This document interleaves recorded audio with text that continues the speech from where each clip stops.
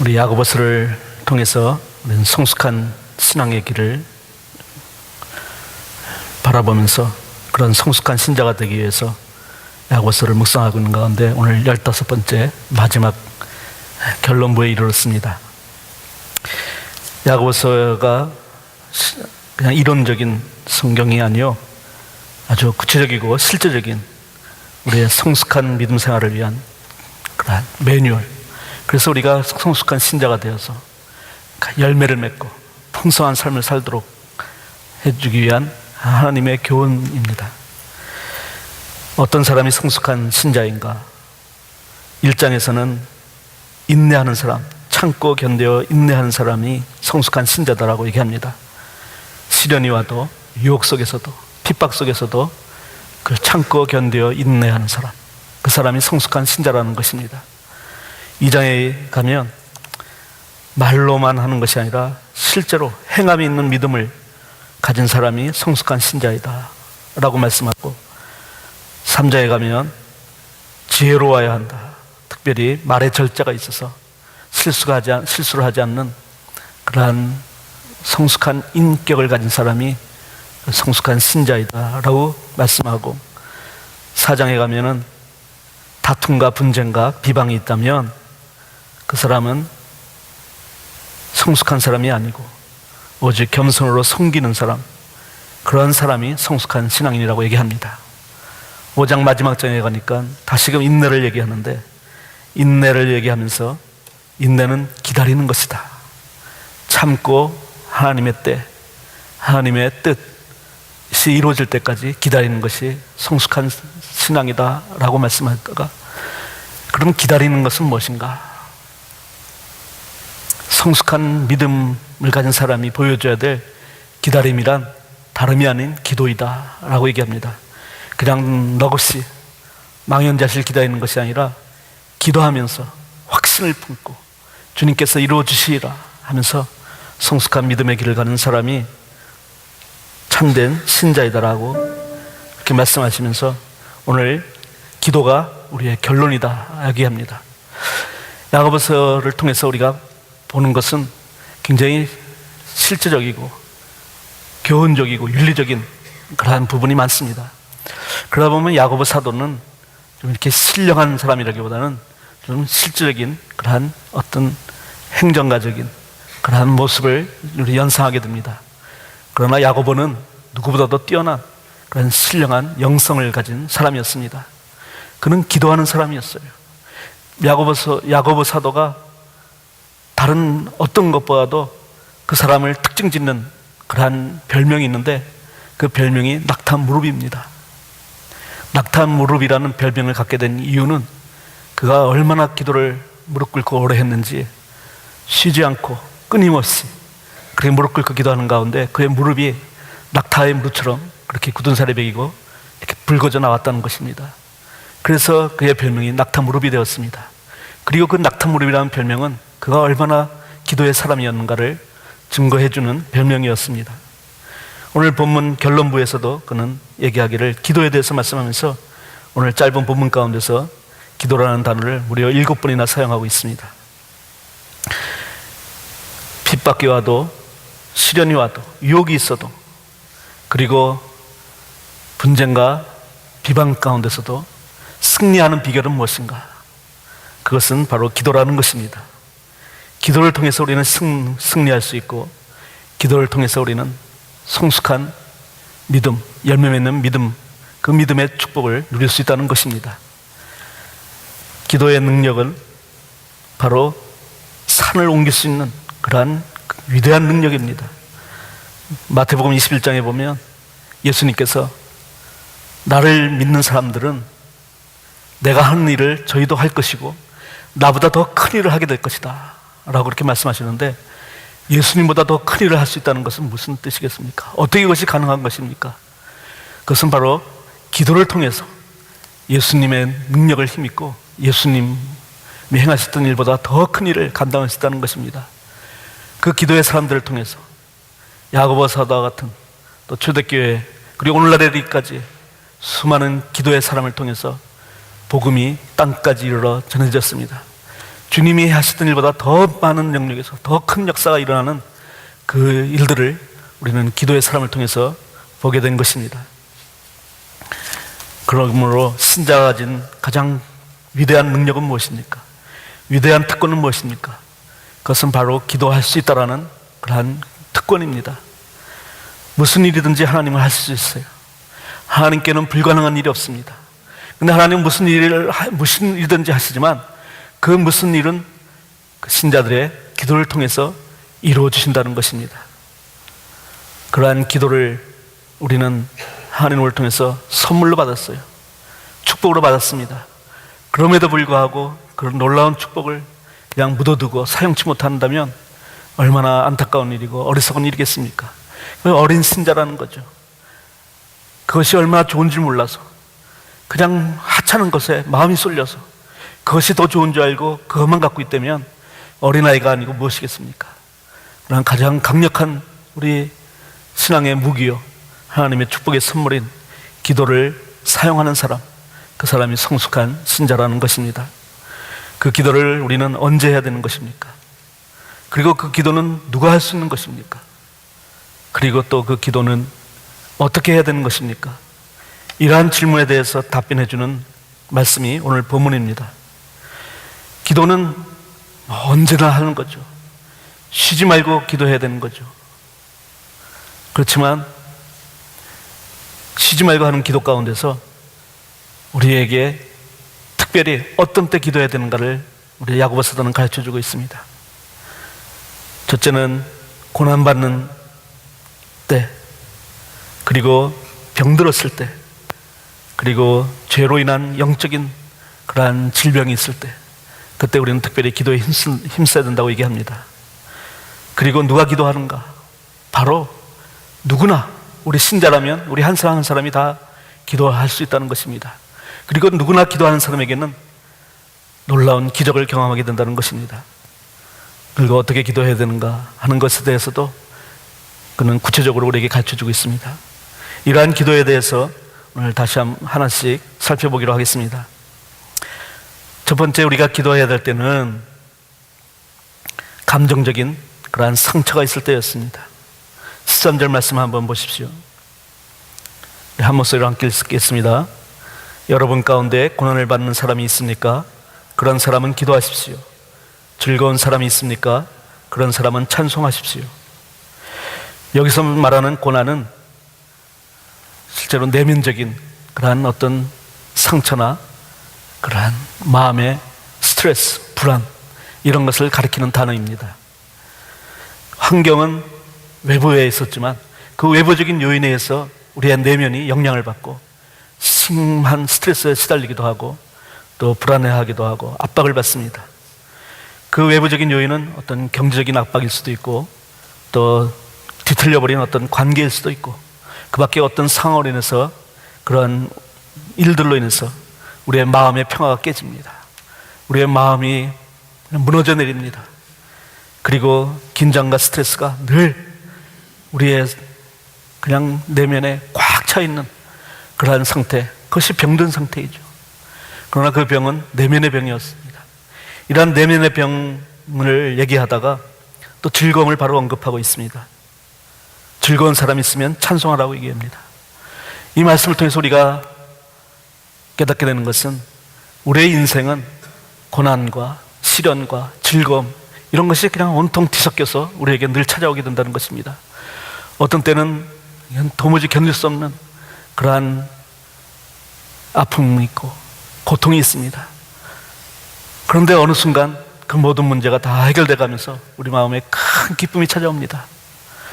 기쁨의 절정이 이뤘을 때 느닷없이 또 생각지도 않았던 어려움이 찾아옵니다. 이것이 인생이라는 것입니다. 우리의 인생은 고난과 즐거움, 기분이, 우리의 마음의 상태가 업됐다가 또 다운됐다가 이렇게 계속해서 반복되는 것이 우리 상태인데, 그럴 때 우리는 어떻게 되는가? 우리의 마음이 다운될 적에 그때는 기도해야 될 때고, 우리의 마음이 즐거울 때 그때는 찬송할 때라는 것입니다. 이 때를 잘 알아서 내가 지금 무엇을 해야 될 때인지를 알고 기도할 때 기도할 수 있고, 찬송할 때 찬송할 수 있는 사람, 그 사람이 성숙한 신자입니다. 문제가 연이어 터집니다. 그러나 기도를 통해서 그 문제가 해결되어집니다. 그 문제가 해결되어질 적에 우리의 마음속에 기쁨이 밀물듯이 찾아옵니다. 그 기쁨 가운데 우리는 찬송을 합니다. 이렇게 고난 가운데서도 기쁨 가운데서도 늘 주님을 바라볼 수 있는 사람이라면 고난도 기쁨도 그에게는 모든 것이 다 하나님을 향한 감사와 기쁨으로 나아갈 수 있다는 것입니다. 성경은 우는 자와 함께 울고 웃는 자와 함께 웃으라 라고 이렇게 말씀합니다. 목사의 직무 중에 하나가 바로 이거죠. 우는 사람이 있으면 찾아가 함께 울고 웃는 사람이 있으면 또 함께 웃고, 이 시프트 어떤 때는 그게 같은 날 일어나기도 합니다. 그 다음날 일어나기도 해요. 어떤 때 너무 고통스러운 사람과 함께 울었는데 바로 다른 분을 만나게 되면 그분을 축하해줘야 되고 함께 기뻐해줘야 되는 상황도 벌어집니다. 이것이 목사의 직무이죠. 그런데 목사만 그렇게 해야 되는 것입니까? 우리 스스로도 우리에게 찾아오는 연거푸 찾아오는 기쁨과 고난과 슬픔과 아픔 가운데서 그때 우리는 기도하고 찬송한다는 것입니다. 인생에 어려움이 찾아온다는 것은 그때가 기도할 때라는 것을 알려주시기 위한 하나님의 뜻입니다. 그러다가 즐거움이 생기면 찬양해야 되는데 어떤 사람들은 즐거울 때 찬양하는 것이 어려운 사람이 있어요. 고난당할 때 기도하는 것이 어려운 사람도 있습니다. 좋은 일이 있는데도 불구하고 내가 이렇게 마냥 기뻐해도 될까? 이건 너무 좋아하다가 하나님이 또 생각지도 않게 그게 그렇게 좋으냐? 한번 이 맛도 좀 봐라 하면서 그냥 갑자기 어려운 일을 주시는 거 아닐까? 너무 좋은 티를 내면 안 되는 거 아닐까? 마치 이런 생각하는 것처럼 기쁜 일이 있어도 그냥 그걸 엔조이하지 못하는 사람들이 있어요. 그러나 하나님은 우리에게 기쁨을 주십니다. 고난 가운데서도 기쁨을 주시는 분이에요. 그러니까 하나님이 주시는 기쁨 가운데 우리는 찬송해야 됩니다. 그 찬송할 때 우리는 하나님을 잃어버리지 않을 수가 있는 것이죠. 즐거운 일이 있을 때 찬송하지 못한다면 그거는 그냥 자기 기분에 도취되는 것뿐이지 하나님과 멀어지는 그러한 상태가 되어버리고 맙니다. 그렇기 때문에 신자는 하나님이 기쁨을 주실 때, 즐거운 일이 생각을 주실 때 마음껏 하나님을 향해서 찬양하고 노래를 부를 수 있는 그러한 신자가 정말 하나님이 기뻐하시는 그러한 신자이죠. 그리고 그 찬양의 힘으로 우리는 고난 가운데서도 기도할 수 있는 것입니다. 기도는 고난 가운데 하라고 되어 있는데 무엇이 고난입니까? 즐거워할 수 없는 상태, 그것을 우리는 고난이라고 표현할 수 있을 것입니다.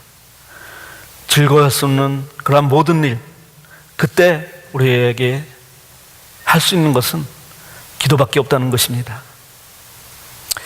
그리고 두 번째로 우리가 언제 기도해야 되냐 하면 병들었을 때, 이 병은 특별히 육체적인 질병을 가리키는 것입니다. 병든 사람이 있습니까? 라고 얘기했는데 병든 사람이라는 단어가 성경에서 쓰인 것을 찾아보면 아주 심각한 병, 정말 어찌 손을 쓸 수 없는 그러한 아주 악하고 위급한 상태, 그때 사용된 단어가 이 병들었다 하는 단어입니다.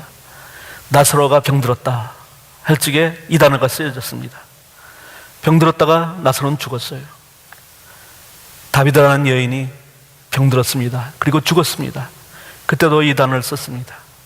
38년 된 베데스다 목가에 있는 그 환자, 그 사람이 병든 사람인데 바로 같은 단어가 쓰여졌습니다. 그러니까 여기서 사용되는 이 병들었다는 얘기는 그냥 뭐 감기 걸려서 콧물이 나오고 눈이 따갑고 속이 쓰리고 이런 정도의 병이 아니라 정말 의사의 도움마저도 한계가 있는 그 정도로 어려운 병을 가리키는 그러한 단어인 것이죠. 그때 우리는 도움을 어디서 구할 것인가? 그때 기도를 통해서 우리는 도움을 얻었다는 것입니다. 특별히 영적인 지도자들을 불러서 함께 기도할 때 그 병이 날 수 있다라는 말씀을 주십니다. 앞에 고난을 당하는 자가 있느냐? 그는 기도할 것이요 라고 했는데 병든 자가 있느냐 할 적에는 기도하라는 말 대신에 청에다가 기도를 받으라라고 그렇게 얘기합니다. 기도는 하는 것이기도 하고 또 받는 것이기도 한다는 것입니다. 14절 말씀 또 15절 말씀을 한번 올려봐 주시기 바랍니다. 우리 함께 읽을까요? 여러분 가운데 병든 사람이 있습니까? 그런 사람은 교회의 장로들을 부르십시오. 그리고 그 장로들은 주님의 이름으로 그에게 기름을 바르고 그를 위하여 기도하여 주십시오. 믿음으로 간절히 드리는 기도는 병든 사람을 낫게 할 것이니 주님께서 그를 일으켜 주실 것입니다. 여기에 장로님들을 부르라고 했는데 당시 초대교회의 그러한 실령칙제를 보면 장로, 감독 이런 단어가 있을 적에 지금처럼 이렇게 무슨 안수 과정이 있었던 것은 아니지만 또 목회자에 해당하는 사람들이었습니다. 그러니까 오늘날에 보면 목사 같은 분들이죠. 이분들 그런 영적인 지도자들을 부르라는 것입니다. 왜냐하면 지금 병들어서 누워 있어서 지금 꼼짝할 수가 없어요. 일도 할 수 없고 외출도 할 수 없고 그때 영적인 지도자를 불러서 기도를 청하라는 것입니다. 그리고 그 지도자들은 주님의 이름으로 그에게 기름을 바르고 그를 위하여 기도하여 주라는 그러한 또 말씀도 나옵니다. 이것이 교회 공동체에서 이루어져야 된다는 일이죠. 여기 나오는 그런 장로님들은 특별히 무슨 신녀 연사가 있었고 막 무슨 신유 집회를 해갖고 막 병든 사람 다 찾아와서 기도하고 안수해주고 하는 그런 특별한 은사를 가진 사람들을 얘기하는 것이 아닙니다.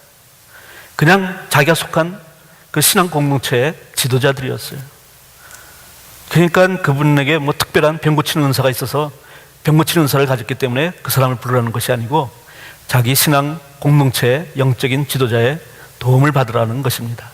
그리고 영적인 지도자가 해야 될 중에 하나는 병든 자를 돌아보고 그리고 기도하는 것이 그들의 책임이라는 것입니다. 큰 병 고치는 은사를 가진 사람들은 주로 집회를 열면서 병든 사람을 부릅니다. 다 오십시오. 내가 기도해 드리겠습니다. 하고 불러요. 그러나 여기에 나오는 신앙 공동체의 지도자들은 그냥 찾아가는 사람들입니다.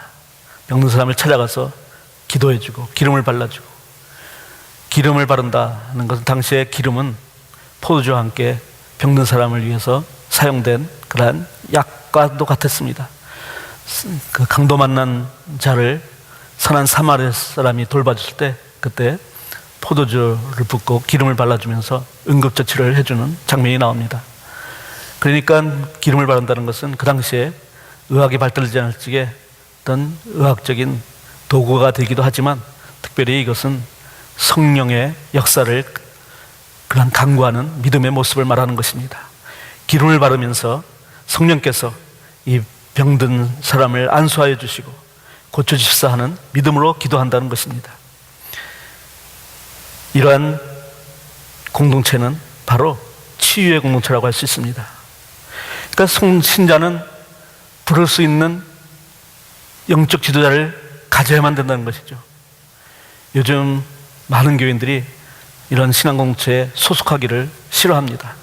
그냥 예배에 참여자가 되어서 예배드리고 가고 또 예배드리고 가고 그냥 이런 신앙생활을 하는 사람들이 있습니다.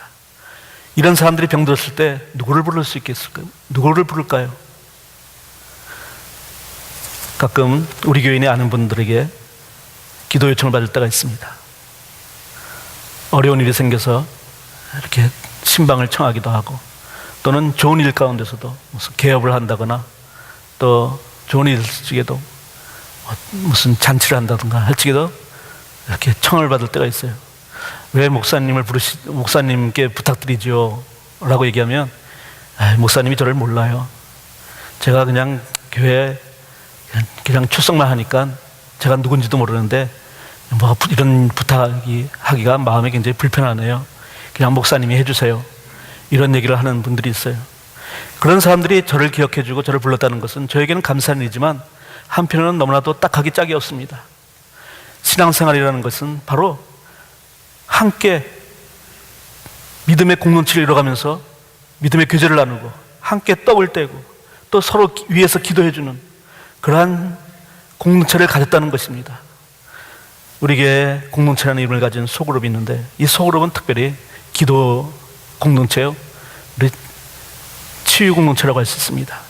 우리에게 어려운 일이 있을 때, 우리가 몸이 아플 때, 그때 이 공동체에서 우리는 기도를 요청하고 또 기도해주고, 그러는 가운데 믿음으로 드리는 간절한 기도를 통해서 치유의 역사가 일어나는 그러한 일들이 이 공동체에서 일어날 수 있다는 것입니다.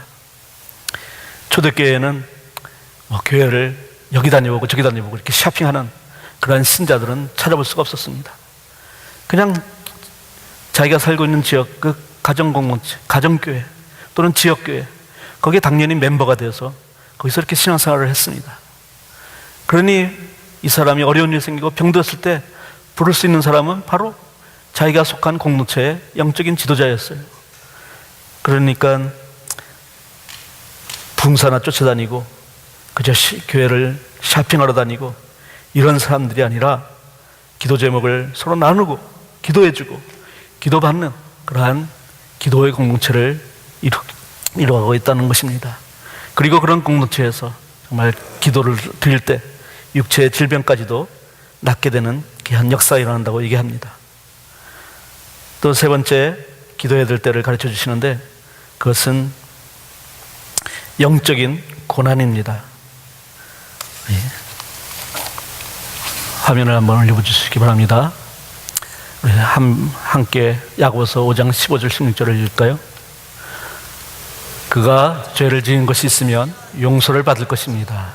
그러므로 여러분은 서로 죄를 고백하고 서로를 위하여 기도하십시오. 그러면 여러분은 낫게 될 것입니다. 이게 보면 죄의 문제가 나옵니다. 그리고 서로 고백하라는 것입니다. 이것은 영적으로 지금 그 사람이 지금 상처를 갖고 있고 영적으로 질병을 앓고 있다는 것입니다. 영적으로 질병을 앓고 있을 때 어떻게 되는가? 그때는 그 죄를 서로 고백하는 그러한 회개가 있어야 된다는 것입니다.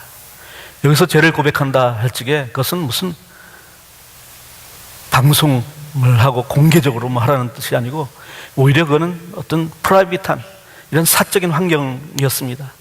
그리고 서로 고백하는 것이었어요. 일방적으로 의로운 사람들이 있고 한 죄인이 있어서 나는 이러한 죄인입니다 하고 그렇게 자기의 죄를 노출시키라는 것이 아니라 서로 연약한 사람들끼리 자기의 죄를 서로 고백하면서 그렇게 기도해 주라는 것입니다. 그것은 진정으로 영과 영, 마음과 마음이 이렇게 통하고 하나가 되는 그 안전한 상태를 이루라는 것이죠. 자기는 노출시키지 않고 그 사람 보고 지금 무슨 일이 있어? 기도해 줄게, 얘기해봐.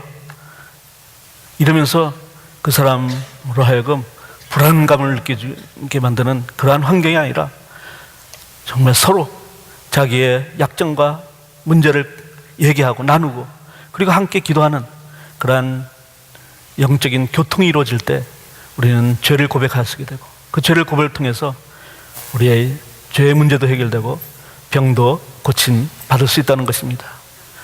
초대교회는 예수님 당시에는 병이 들었다 하면 되게 죄랑 연결시켰습니다. 무슨 누구가 병이 들었다 하면 그건 그 사람이 가진 죄 때문에 그 병이 걸렸다라고 이렇게 생각을 했습니다.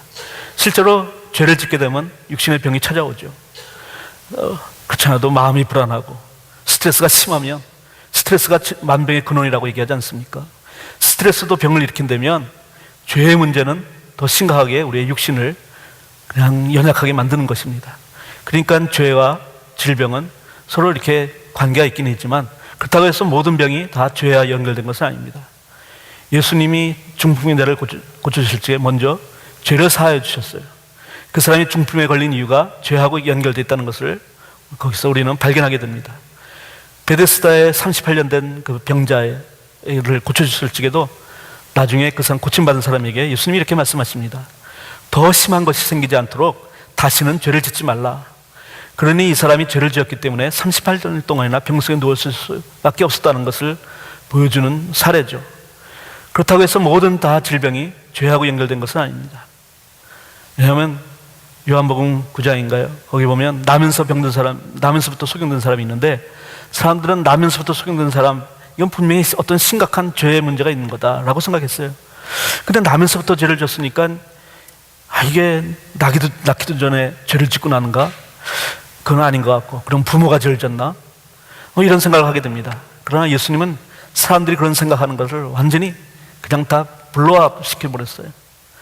그 사람이 속용된 것은 그 사람의 죄 때문도 아니고 부모의 죄 때문도 아니고 하나님의 영광을 위해서 하나님의 하실 일을 나타내기 위해서 그렇게 된 것이다.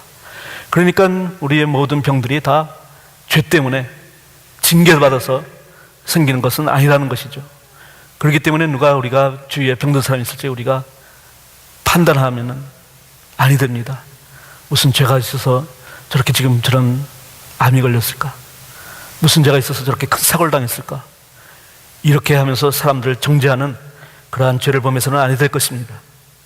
그러나 죄의 문제는 우리가 그냥 묻어놓고 넘어갈 수 있는 문제가 아닙니다. 그것은 반드시 회개해야 되는데, 회개의 단계에서 중요한 부분은 그건 confess, 고백하는 것입니다. 나의 죄를 고백할 때 우리는 진정한 회개가 이루어지고, 그리고 서로 고백하는 그런 고백 공동체를 통해서 죄에 물든 심령이 회복이 되고, 그것으로 말미암았던 병도 치유받는 그런 역사가 있게 된다는 것입니다. 그러면 누가 기도하는가? 그는 우리도 얼마든지 기도의 기적을 체험할 수 있다고 하면서 엘리야를 예로 듭니다.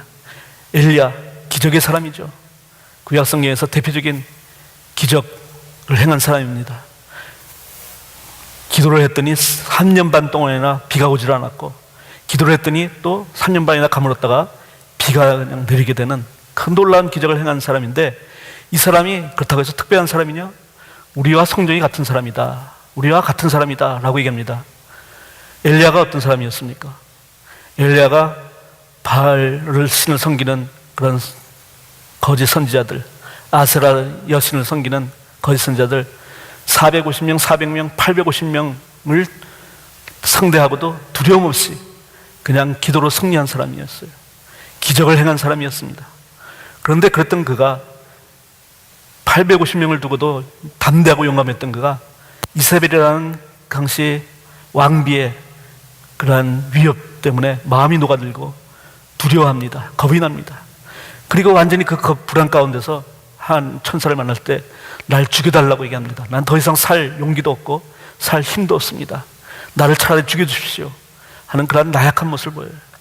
바로 엘리야가 우리랑 똑같았다는 것입니다. 우리도 어려운 일이 생기면, 불안하고 두려우면 무서워하고, 그리고 쓰러지고 차라리 그냥 이대로 죽는 게 낫겠다 하고 자포자기하는 그런 모습이 우리의 그 모습이 엘리야가 우리와는 다를 바 없이 똑같은 모습을 보여줬다는 것입니다.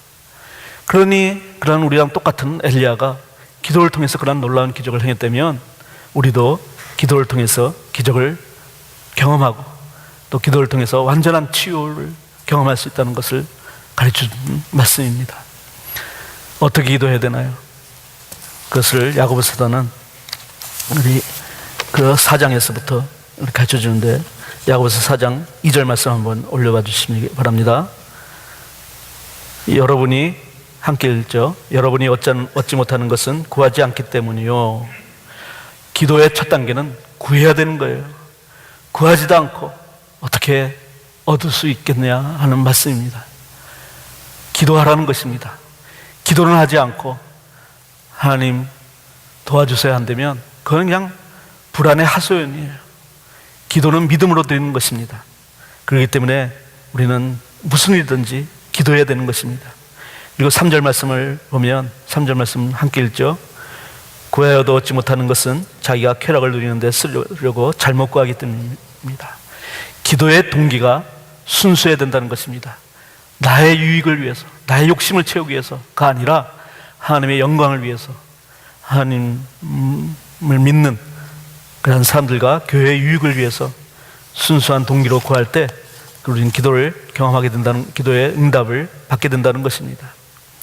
그리고 무엇보다도 믿음으로 구해야 된다는 거 말씀합니다. 야고보서 1장 6절에서 7절 말씀입니다. 조금도 의심하지 말고 함께 읽죠. 믿고 구해야 합니다. 의심하는 사람은 마치 바람에 밀려서 출렁이는 바다 물결과 같습니다. 그런 사람은 주님께로부터 아무것도 받을 생각을 하지 마십시오. 그렇습니다. 믿고 구해야만 된다는 것이죠. 의심하고 구하는 사람은 결코 얻지 못한다고 얘기합니다. 우리가 기도할 때 반드시 가져야 될 자세는 믿고 구하는 믿음의 자세라는 것입니다. 그리고 오늘 본문에 있는 5장 16절 말씀은 우리의 삶이 거룩하고 정결해야 된다고 가르쳐 줍니다. 16절 말씀입니다. 함께 읽습니다. 의인의 간절히 비는 기도는 큰 효력을 나타냅니다. 누구의 기도요? 의인이 드리는 기도. 그러니까 우리가 기도하는 사람일 때 우리는 의인이 되어야 된다는 것입니다. 여기서 말하는 의인은 완전한 사람을 가리키는 게 아니에요. 성경에 분명히 의인은 없다, 한 사람 없다고 그렇게 말씀합니다. 우리는 다 불완전한 사람이에요. 여기서 말하는 의인은 완전한 사람을 가리키는 게 아니라 하나님 앞에 솔직한 사람, 하나님 앞에 나아가는 사람, 누구든지 하나님을 찾는 사람은, 예수를 믿는 사람은 믿음으로 의롭다함을 받은 사람이기 때문에 하나님께 순전한 마음으로 나갈 때 그는 우리는 의로운 사람이 되는 거죠. 그러한 하나님 앞에 나아가는 사람은, 그 의로운 사람은 삶이 거룩하고 깨끗하고 순결합니다. 그러한 삶을 가지고 기도를 할 때 효력이 나타난다는 것입니다. 자기의 죄의 문제는 해결하지도 않고 여전히 이전에 지었던 실수와 잘못들을 계속해서 반복해서 지면서 기도한다면 그건 마치 아이들이 자기의 잘못은 하나도 고칠 생각하지 않고 아버지한테 무조건 내가 원하는 거 다 달라고 떼쓰는 것과 다를 바가 없다는 것입니다. 하나님께 나아가 기도하는 사람은 반드시 하나님 앞에 겸손하게 그리고 의롭게 구하는 사람이 되어야 된다고 말씀합니다. 우리가 우리에게 주신 가장 큰 선물, 기도를 매일매일 영적인 선물로 사용하게 될 때 우리는 가장 성숙한 사람, 가장 아름다운 믿음의 사람이 될 것입니다. 엘리야와 같이, 야고보 사도와 같이 하나님 나라에서 크게 쓰임받는 귀한 믿음의 사람이 될 것입니다. 뿐만 아니라 우리의 믿음을 통해서 믿음을 떠났던 그러한 사람들도 돌아오는 역사가 있게 된다는 것입니다. 낙심하지 말고 기도의 생활을 철저히 지키면서 승리하는 우리 모두가 되기를 주님의 이름으로 축원합니다.